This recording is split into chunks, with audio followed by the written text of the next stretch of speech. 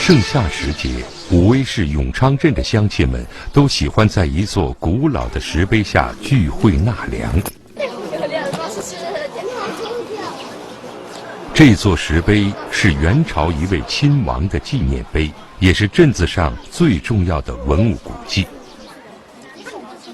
今天乡亲们在这里聚会，显然不是为了纪念曾经的亲王，吸引他们的是几位民间艺人的表演。艺人们将要表演的是一种古老的民间舞蹈——滚灯。舞蹈的道具就是一盏盏纸糊的莲花灯，都是现场制作完成。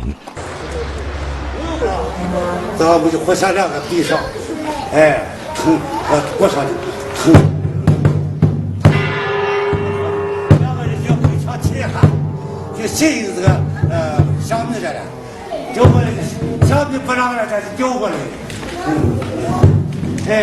你丢过来的话还吵来了，又是怎么的？夜幕降临，锣鼓家伙响起来，滚灯表演正式开始了。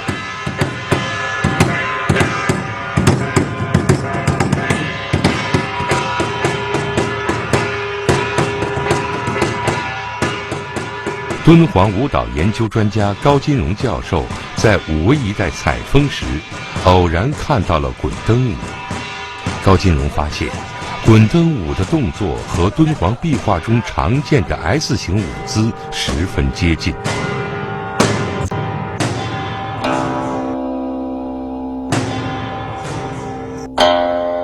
它有柳树盘根，有这个鸭子尾蛋，有那个双托掌，像这些在敦煌里面都有呈现，只是说动律略有差别，但是这种我就觉得怎么那么不谋而合呢？这种舞蹈造型最早可以追溯到南北朝时期。敦煌北朝壁画中的这两位身着突厥装的舞伎，也在做大幅度的扭腰摆胯动作，与凉州滚灯舞何其相似。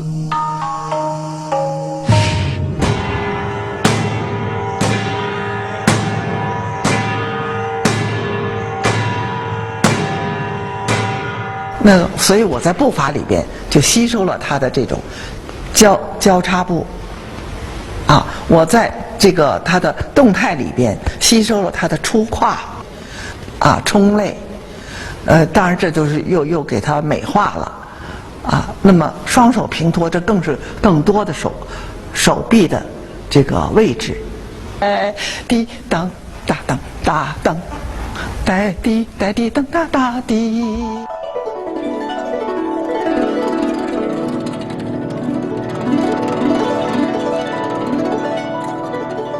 就是这个滚灯呢，就说后来很难找到，在采访说他什么时候流传下来的。这个老艺人说，他们现在都很难说，很早很久远就流传下来了。所以我觉得这更和我们古代的舞蹈有一定的关系。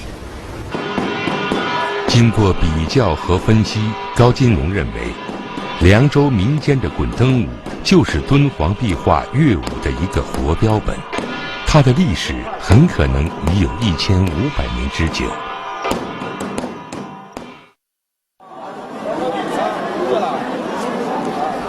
宗教艺术不可能凭空产生，它的创作素材无一不来自现实生活。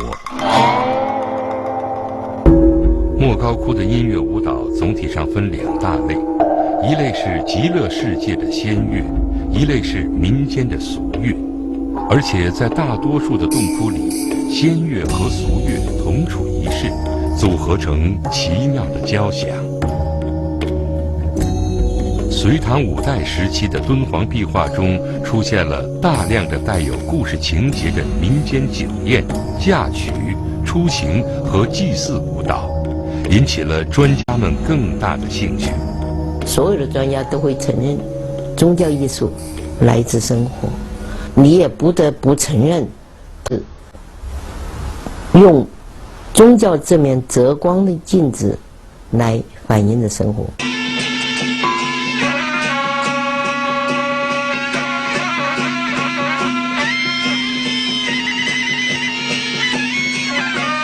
很难想象，在寂寞冷清的佛教殿堂里，也有热热闹闹的婚礼。莫高窟唐代经变壁画中，婚嫁场面多达46处。最典型的是这幅弥勒经变里的婚嫁图，庭院里宾朋满座，热闹喜庆。院子中央，舞伎在翩翩起舞，5人乐队吹拉弹唱给他伴奏。这位舞伎的舞蹈风格与唐代名画韩熙载夜宴图中绿腰舞十分相似。那个跳舞的人就跟那个绿腰的舞的服装也好，什么舞姿的风格也好，简直就一模一样。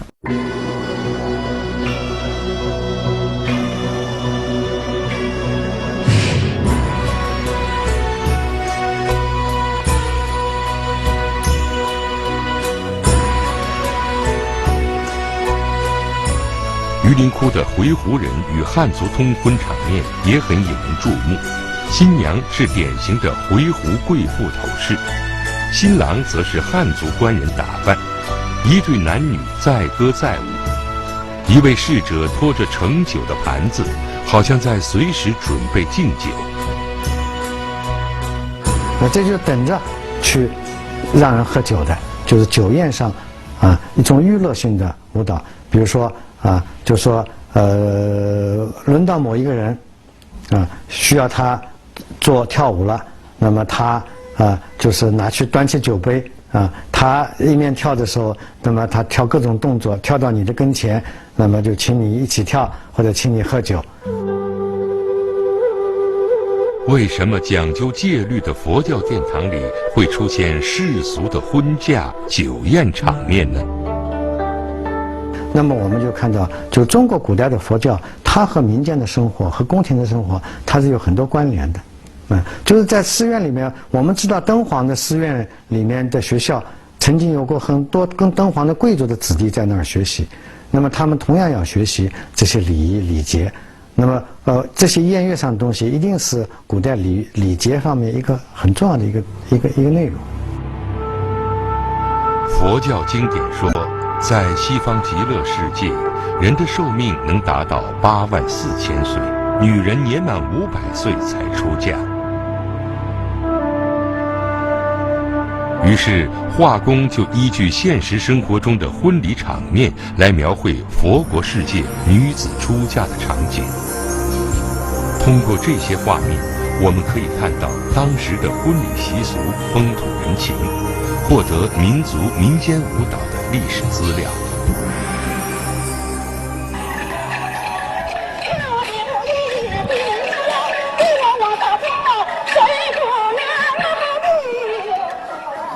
这一天是农历4月初8，佛祖释迦牟尼的诞辰。在敦煌，4月8是一个重大节日，男女老少都要去莫高窟给大佛进香，祈求一年风调雨顺，家人驱病消灾。每到这一天，莫高窟专门对敦煌百姓开放，9层阁前俨然成了一个盛大的集市。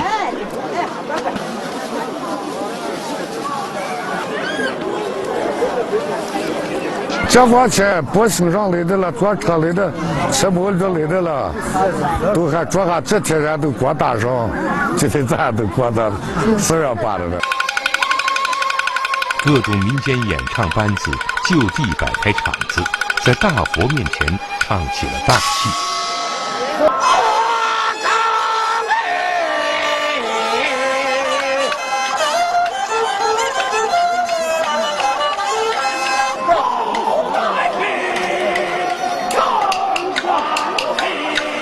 于4月8这个节日是传统节日啊，蔓延几千年、几百年甚至啊，像这个敦煌人民在这一天呢，都带着激情前来烧香拜佛、唱戏啊。俗话说得好，就是说神佛面前唱大戏，年头年尾都受益啊。男同志唱了呢，身体健康；女同志唱了，长得漂亮啊。这现在的吉祥话说明了我们的唱戏的目的就是让佛也高兴，我们也高兴，人民高兴，大家欢乐。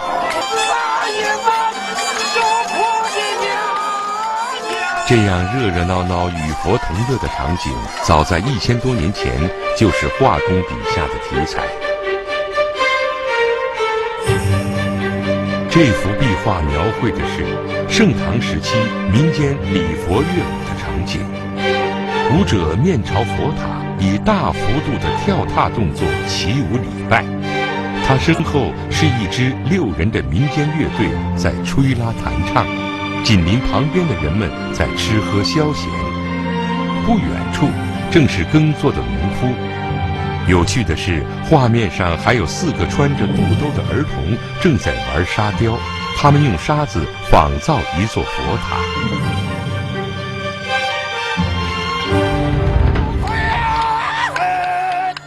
在唐代，除了宫廷教坊之外，寺庙是群众性歌舞娱乐活动最火爆的地方。宗教祭祀仪式中的舞蹈水准不断提高，达到了娱神娱人的双重目的。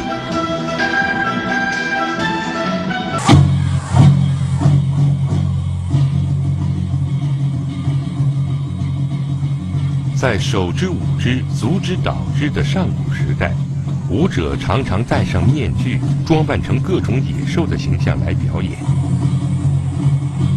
你要讲到舞蹈的起源，实际上它是人类自身的身体或心理的需要，真的是为他的生活、为他活下来提供食物什么什么。他要学到那个熊的样子，他要学到马的样子，学到什么样子去接近那个动物。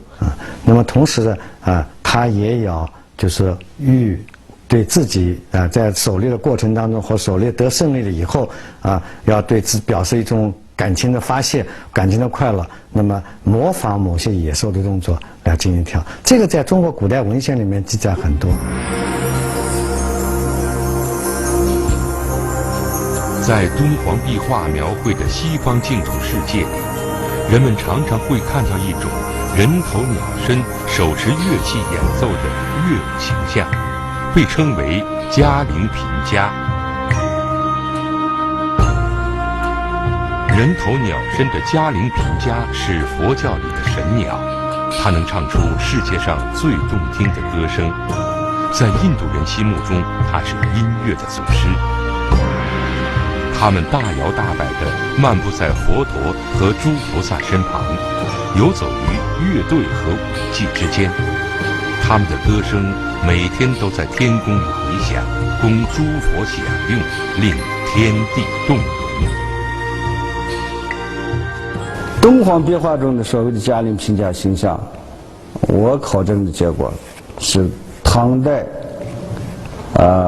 鸟歌万岁乐的一种形式的再现。为什么呢？嘉陵评价在佛经里面记载的时间很早了，但是从来没见过嘉陵评价究竟什么形象。敦煌壁画中出现这种鸟歌形式的这种乐舞形式，是在唐代，而正好鸟歌万岁乐的创作时代就是在唐代，所以这个它的出现年代和创作年代正好是吻合的。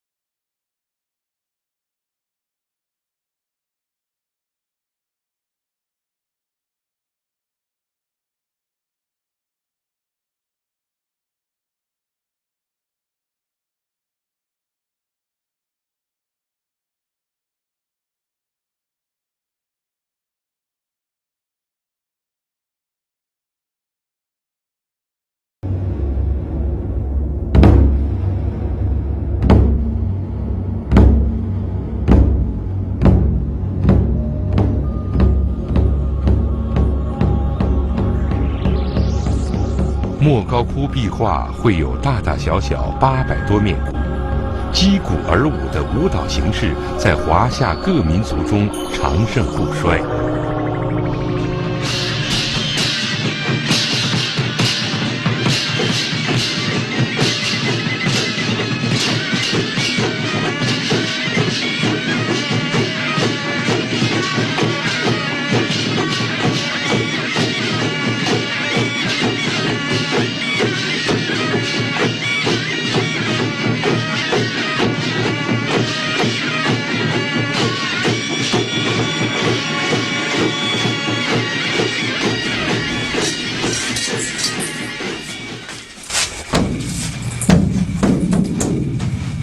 这个鼓是2米大的，2米大的鼓我们上套。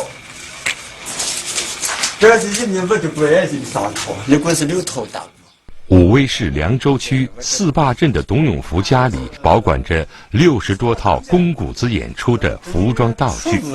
以后一直到表演到个10级，装画上。这个村的杨姓家庭人人都会表演宫鼓子。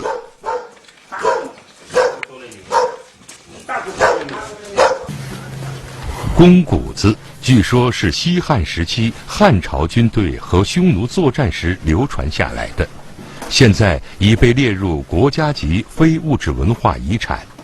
杨文元是传承人之一，也是凉州宫鼓子艺术协会的会长。以红黑为主，像这个地方画这个就是也是个银熏红，它这个银熏红呢，就是说在我们工程做啥，在装扮的时候，装扮出来以后，看起是有点那个银熏气概。在这个像这个眉毛呢，也是一种银熏眉。这么画的出来以后，你看粗犷，这么一画以后，像戴眼镜也比较大了。背着上过以后，工程也好，做啥也好，觉得有点威风凛凛。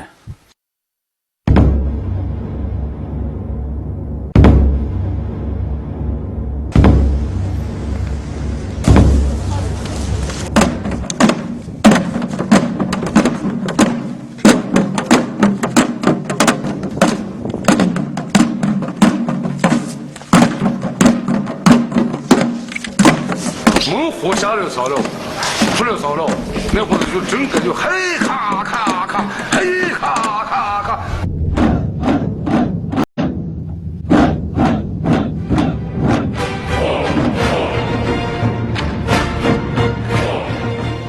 威风八面的武威宫鼓子，把人带回到战马嘶鸣、鼓号震天的古战场。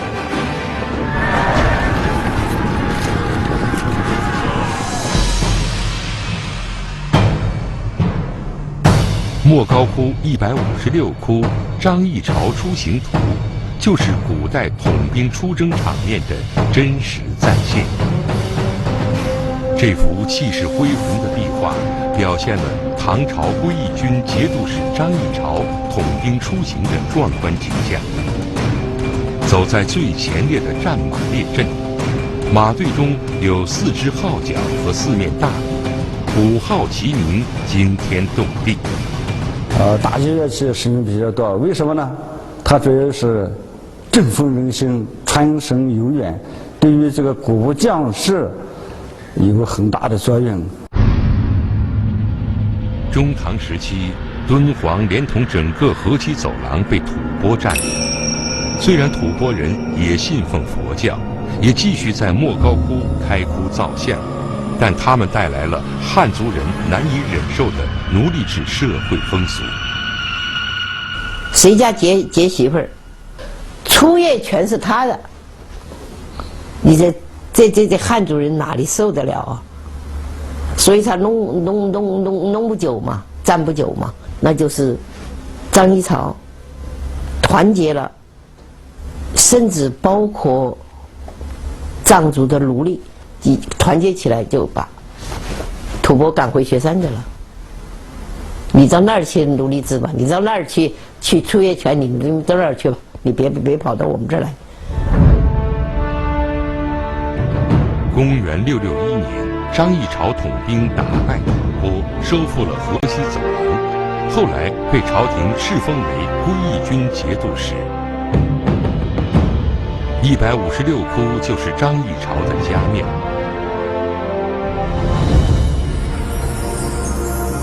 洞窟里还有一幅《宋国夫人出行图》，描绘了张议潮妻子出行时的盛况。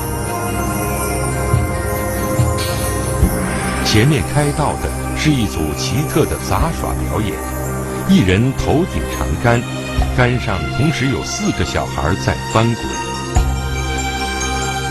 敦煌咱们这个壁画故事里面，包括也有咱们杂技的一部分，比如杂耍呀，吐火啊、喷火呀，这个也有，包括这个投标啊，这种也都壁画里面都有，也是对我也有这样的启发了。下一步咱们就准备把这些整个能够更加把它挖掘咱们杂技壁画艺术这一块宝库啊，咱们展示到舞台上进行发扬光大。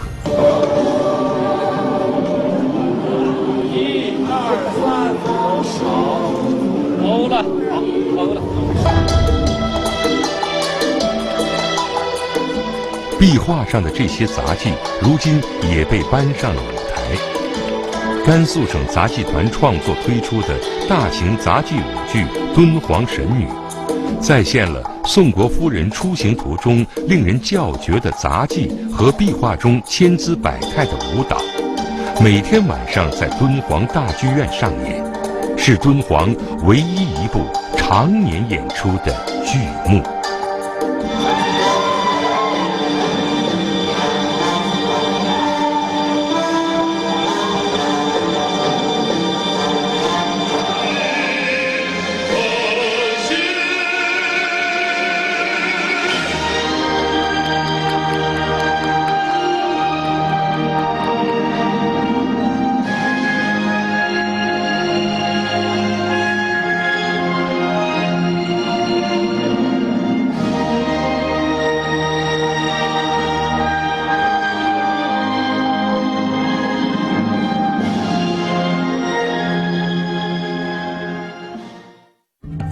100年前一纸发黄的敦煌古谱轰动了世界，成为音乐史上的哥德巴赫猜想。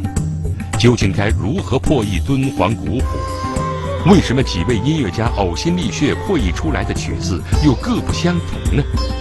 为了把敦煌古乐搬上舞台，音乐家席珍冠奋斗到生命的最后一息。敬请收看《敦煌纪乐篇》第7集《时势绝响》。